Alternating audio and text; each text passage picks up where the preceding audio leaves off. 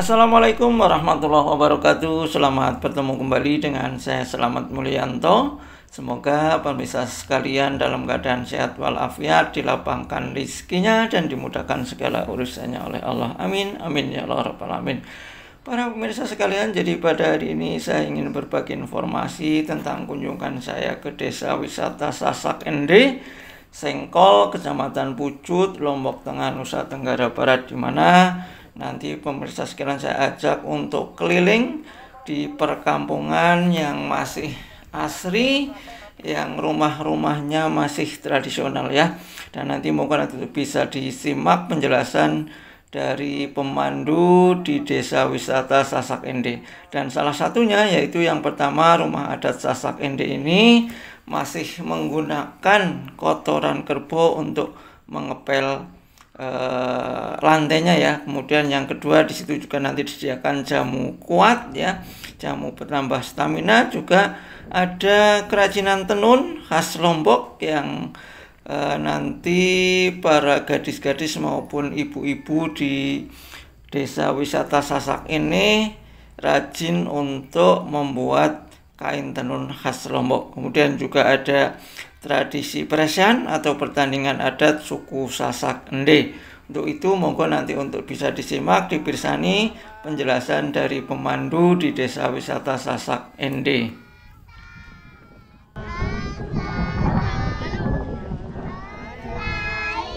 Mungkin sebelum kumpul mungkin ada yang mau foto sendiri-sendiri dulu boleh, karena ini adalah bagian dari identitas atau nama kampung kami di sini. Jadi semuanya tertera di tulisan ini. Nah, jadi desa wisata Sasak Ende, Sengkol, Kecamatan Pucut, Lombok Tengah. Jadi Sasak itu adalah nama suku, di mana suku Sasak itu adalah bagian dari suku asli yang tinggal di Lombok. Sedangkan Sasak juga itu diartikan sebagai salah satu bahasa ya, jadi bahasa tradisional kami di sini.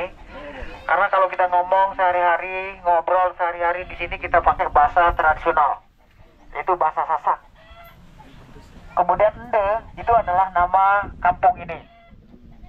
Jadi kampung Sasak Ende masuk dalam zona desa Sengkol, Kecamatan Pucut, dan Kabupaten Lombok Tengah. Nah itu. Nah, jadi ini adalah bagian dari identitas objek yang ada di sini atau kampung Sasak Ende ini. Mungkin silakan, mungkin ada yang mau ambil foto sendiri-sendiri dulu, silakan, atau kita bisa ambil foto bersama lagi di sini. Mungkin gabung nanti sama anak-anak di sini juga boleh, ya. Oh ya, yang paling bawah ini karena tulisannya agak gimana, karena paling bawah gitu nggak begitu kepantau ya. Jadi di sini ada tulisan juga Tatas Tuhu Trasne. Jadi Tatas itu adalah pinter, berwawasan luas. Sedangkan Tuhu itu adalah arif bijaksana. Sedangkan Trasne cinta, cinta dan kasih sayang. Aku tresno karo kowe. Nah, sedangkan Tatas itu misalkan nanti kalau kita bilang di sini di Jogja, kita bergeser ke sebelah kanan kita. Iya, sebelah kanan di kampung Sasak Ende. Dan mungkin ada yang mau nyoba jagung, ada yang mau nyoba kue, jamu. Ya, jadi untuk jamu di sini ada, di sebelah sana juga ada, di sebelah sana pun ada. Mungkin pagi-pagi gini ngejamu dulu sebelum kita menuju ke atas. Silakan. Jamu kuat jalan itu ya? Kamu itu jamu kuat untuk semua lini. Ini rumah apa ini? Rumah tradisional. Sebentar Pak, jadi kita tunggu kumpul dulu. Habis kumpul baru saya kasih informasi tentang rumah tradisionalnya ya. Ada yang lagi ambil foto.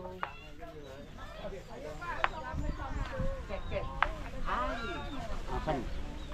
Cek. Ya. Ya. Jamu kuat jalan ya? Jamu kuat jalan pembisa. Jamu kuat menahan cobaan juga bisa. Dan efek sampingnya nggak ada Pak. Yang ada cuma efek depan saja. Nah, itu adalah bagian dari khasiat jamu tradisional kita di sini. ini gula ya? Ya, silakan sambil duduk juga. Kembali kita tunggu rekan-rekan yang masih ambil butuh. Tapi Kembali kita tunggu juga rombongan yang biasa serapan Berapa? dengan Satu berapa? menggunakan 25.000 Jagung pakai ketan. 2 telur. 2 telur. Iya. Jadi habis dari sini nanti kita akan Telurnya menuju dua. ke tempat Menambah stamina apa Mbak itu? Lagi. Kuat Ya. jalan. Mau baru Tambah mau stamina, cocok perjalanan jauh juga Satu biar aja nggak enggak. Ora wani ya ono bricone. Bricok. Oh. Ya, Pedes Mbak? hangat. Hangat. Ya. Ora mau Mungkin sebelumnya tadi sudah dikasih informasi sebelumnya bahwa selama berada di sini jadi nanti tugas dari Komando 1 ya, jadi saya ambil alih di sini. Jadi sekarang saya akan memberikan informasi tentang rumah tradisional kami yang ada di Kampung Sasa Gendeng ini. Baik Bapak, jadi kalau kita lihat di depan kita sekarang ini adalah bagian atau salah satu bentuk ya rumah tradisional yang ada di kampung ini, dan ini masih ditempati sampai sekarang. Artinya bukan dijadikan sebagai objek saja. Jadi masih ada yang tinggal meniti karir di sini. Kemudian dalam bahasa Sasak, rumah tradisional kami di sini ini kita namakan balai tani. Ye. Jadi balai itu maksudnya rumah, sedangkan tani itu adalah petani. Rumah petani begitu. Karena mayoritas kita di sini adalah bekerja sebagai petani. Makanya untuk nama rumah tradisional ini diambil dari nama aktivitasnya kita, begitu ya. Sedangkan kalau kita lihat dari sini juga mengenai bentuknya, bagian depan ini rata-rata ya sangat pendek. Sangat pendek Pak bentuk bagian depan rumah ini. Jadi ini juga punya maksud. Jadi misalkan nanti kalau kita masuk ke dalam, jadi sebelum masuk mereka harus menunduk dulu. Supaya menghormati. Itu adalah tanda hormat kita kepada yang punya rumah. Jadi misalkan nanti kalau kita masuk ke dalam nggak nunduk, itu tandanya nggak hormat. Kalau nggak hormat nggak sopan. Kalau nggak sopan pasti kena hukuman. Kepala bisa terantuk di sini. Nah itu. Kemudian kalau kita lihat dari atapnya ini kita bikin dari alang-alang. Dan ini maksimal sekali dalam 5 tahun kita renovasi. Jadi misalkan nanti kalau terjadi bocor dan bocornya itu sangat parah betul, itu baru kita bongkar total, kemudian kita ganti dengan alang-alang yang baru. Dan tadi di luar itu stok alang-alangnya kita banyak sekali. Karena di musim panas ini ada beberapa unit rumah yang akan kita renovasi, dan ada satu rumah yang akan dibangun mulai dari nol. Nah, yang ini dia. Sedangkan untuk material lantainya, mungkin Bapak bisa diliput lebih dekat lagi. Mengenai material lantai ini yang kita bikin dari tanah, kemudian kita poles pakai kotoran sapi Bapak. Nah, jadi kotoran sapi dalam kehidupan kita itu kita jadikan sebagai simbol kerja keras kami di sini. Sedangkan tanah liatnya itu adalah melambangkan agama kita di sini, karena mayoritas suku Sasak itu adalah Muslim semua. Kemudian kita yakin, kita percaya, kita di sana dan pasti kembali ke tanah. Dan itu juga sifatnya nggak permanen Bapak ya. Jadi khusus untuk kotoran sapinya itu sekali sebulan itu paling lama. Itu tetap kita harus balik lagi dengan kotoran sapi yang baru. Sirih itu. Nah, kenapa seperti itu? Sirih sama apa jambe? Pinang. Bertemu segala macam. Itu tandanya kotoran sapinya sudah nggak ada pengaruh lagi. Oke. Jadi otomatis kita harus Kalau di Jawa ganti namanya dengan kotoran nginang. sapi yang baru. Dan caranya gimana? Jadi otomatis pagi-pagi kita harus nyari kotoran sapi yang masih fresh di kandang sapi. Itu kita pakai. Artinya bukan kita pakai kotoran sapi sembarangan. Yang masih baru, yang masih fresh, yang masih hangat habisnya dikenakan seperti itu yang kita pakai. Kenapa? Karena daya lekanya lebih bagus. Di samping itu juga aromanya juga nggak begitu kuat. Tetapi misalkan nanti kalau kita terkontaminasi dengan urin yang segala macam, itu nggak bagus. Ngiri. Kenapa? Karena daya lekanya nggak kuat, aromanya yang kuat. Ya, baunya yang kuat. Kenapa? Karena ada dua aroma menyatu menjadi satu. Jadi itu bikin kuat aromanya nanti. Dan itu akan kita pakai. Dan itu biasanya dilakukan oleh pihak ibu. Ya, jadi yang renovasi lantai itu adalah dari pihak ibu-ibu atau pihak perempuan. Dan harus dikerjakan benar-benar pada pagi hari. Sebelum matahari terbit itu harus dipoles, direnovasi. Matahari naik, terbit, jadi untuk membolehkan mengeringkan itu jadi tidak begitu lama ya, jadi butuh waktu paling 2 jam. 3 jam udah kering lagi, dan itu sudah siap dan kelihatan fresh dan masih baru. Kalau kena air, kena hujan, itu jangan sampai, Pak. Ya, karena ini hujan dari sana dicampur kotoran sapi, nanti kalau kena air pasti lembab. Kalau lembab pasti pecah nanti. Tapi nggak apa-apa, Pak. Walaupun sekali dalam seminggu bisa direnovasi lagi nggak apa-apa. Karena stok yang kita di sini nggak terbatas. Di samping itu juga nilai ekonomisnya juga kita dapat. Ini tanpa biaya, Pak. Jadi walaupun sekali seminggu, sekali 2 minggu, sekali bulan kita renovasi, tapi nggak apa-apa. Jadi benar-benar nggak ada kesulitan kita. Karena selama kita masih mampu masih makan sapi, jadi stok semen kita di sini tuh selalu tersedia. Kamar. Langsung kamar kok, Bukan Pak. apa-apa, Pak. Ini khusus untuk kampung ini. Jadi rata-rata warga di sini juga selain bertani. Masaknya pakai apa ini? Bisa digunakan seperti itu. Tanya karo ibu. Salah satu punya Udah mau kena juga. pabrik juga. Pengelola pabrik semen. Tapi bukan pabrik semen 3 roda, botol, segala macam. Tapi pabrik semen tempat kaki. Iya, kenapa? Karena rata-rata di sini punya sapi. Iya, rata-rata di sini punya sapi. Dan itu dijadikan sebagai salah satu inventaris yang dijadikan sebagai cadangan. Kalau terjadi gagal panen, misalkan karena sistem pertanian kami di sini itu sawah ada hujan, kalau terjadi gagal panen karena faktor hujan nggak teratur segala macam, kita bisa dijadikan di atas nanti. Jangan dibenda, Pak. Pas dibenda ke mau, pas yang dibenda turun, plak, kena kepala nanti. Itu untuk lumbung padi, untuk nyimpan padi. Tapi karena faktor sistem pertanian kami di sini itu benar-benar sawah tak ada hujan, nah, kadang-kadang nanti kosong juga. Kalau terjadi gagal panen, kosong.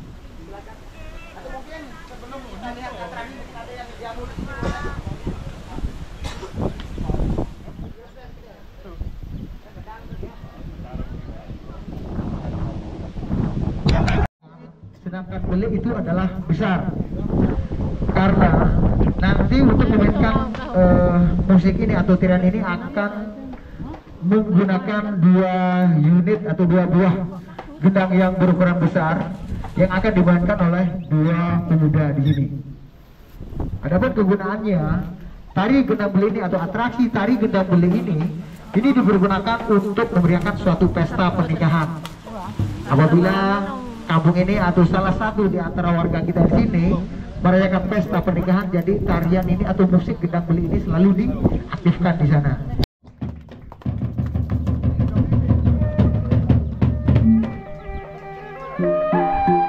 Jadi silakan di-on-kan untuk HP-nya, untuk kabelnya,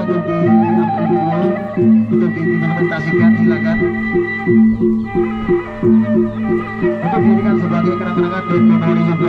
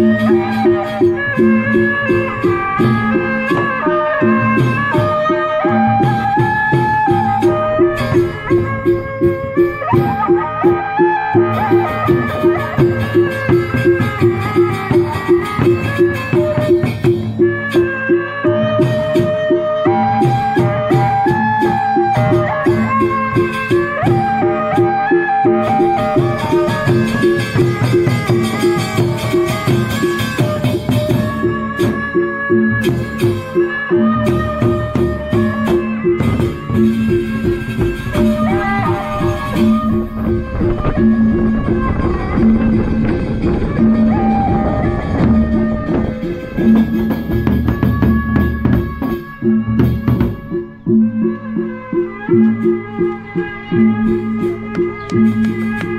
Bapak Ibu, mungkin ada yang mau turun bergabung menari dengan kedua peserta ini, silakan kami dokumentasikan. Silakan mungkin Bapak yang sudah 4 kali ke kampung ini, silakan mungkin bisa sebagai contoh beberapa teman-teman lain untuk bisa tampil gabung menari dengan seniman atau budaya kami di sini. Oke, silakan ada Bapak yang di sebelah utara, mungkin ada yang mau, mungkin Bapak Ibu yang ada di sebelah selatan, mungkin ada yang mau gabung menari tampil di depan, silakan.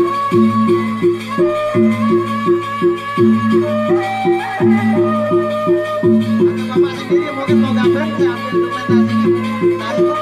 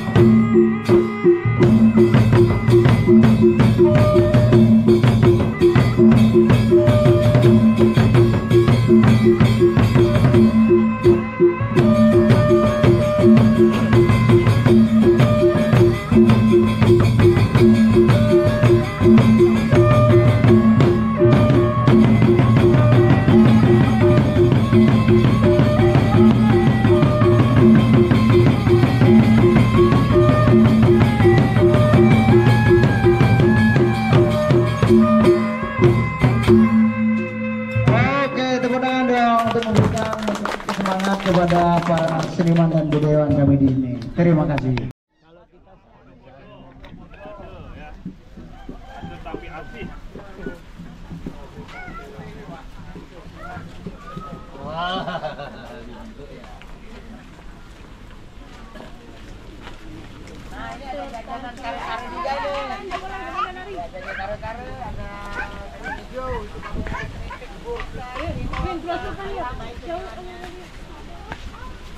Jadi baik, jadi kami juga kita akan memperlihatkan bagaimana campur apa nggih?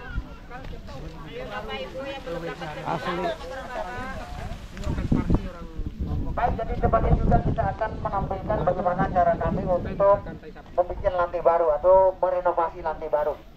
Jadi mereka ngambil di kandang sapi, kemudian mereka taruh di titik rempahnya itu, kemudian dicampur air baru dipoles seperti ini. Mungkin karena ini adalah kegiatan untuk yang perempuan-perempuan atau ibu-ibu di sini, mungkin ada ibu-ibu yang dari Jogja ingin bantu-bantu kami di sini untuk mencoba. Karena tadi yang kayak tadi itu bukan dilakukan oleh pihak perempuan. Silakan ibu, mungkin aja mencoba bantu-bantu warga di sini bikin lantai baru dengan ngepel pakai kotoran. Boleh bantu? Boleh. Ayo Pak. Ayo, boleh bantu ayo. Gitu, jadi benar-benar kotoran sapi yang masih bagus, yang masih fresh itu dipakai, kemudian dipoles rata pakai tangan ya, pakai tangan dicampur air sedikit, kemudian dipoles rata. Tidak ada rasa yang hambar ya Pak ya, hambar ya, hambar. Gitu, jadi seperti itu ya prosesnya. Baik, kita bisa turun balik lewat sini silakan. Nah, ini adalah kegiatan dedare-dedare atau kaum Hawa yang ada di kampung ini. Jadi perempuan-perempuan sahabat di sini harus bisa menenun dan diajarkan boleh dari usia ini. Kalau ini lagi proses mengamati, deteksi dini dulu. Nah, ini mengamati deteksi dini dulu. Nanti kalau sudah umurnya semakin bertambah besar, nanti diajarkan untuk bikin kerajinan tangan yang simpel. Rara, bukan Mbak Rara yang jadi pawang hujan itu. Saya kira yang kemarin di Mandalika itu. Enggak. Mungkin ada potensi, siapa tahu nanti Rara yang di sana itu datang kemari untuk menurunkan kedijayaannya sama Rara yang di sini. Gitu, iya. Nah, jadi ini biasanya dilakukan di saat musim panas total ya. Jadi misalkan kalau pada musim hujan, musim tanam kita di sini, jadi untuk kegiatan bikin sarung kerajinan seperti itu kadang-kadang di-off-kan dulu. Jadi fokus ke pertanian. Di saat musim panas, jadi kegiatan di sawah itu benar-benar nggak ada. Jadi mereka pergunakan itu untuk bikin kerajinan seperti ini. Dan ini juga dijadikan sebagai salah satu second income juga. Karena kampung ini juga memiliki semacam koperasi, punya UMKM tersendiri juga. Jadi hasil karya mereka, jadi misalkan kalau sudah jadi yang ini maupun yang itu nanti akan ditaruh di koperasi itu. Ya, jadi nanti kita akan lihat-lihat.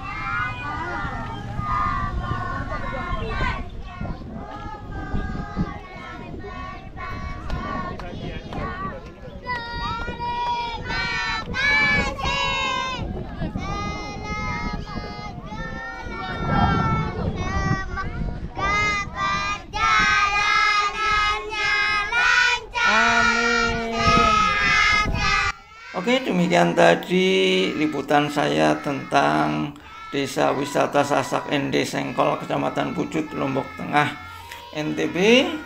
Jangan lupa yang belum subscribe untuk subscribe terlebih dahulu. Dan selamat bertemu kembali dengan video berikutnya. Wassalamualaikum warahmatullahi wabarakatuh.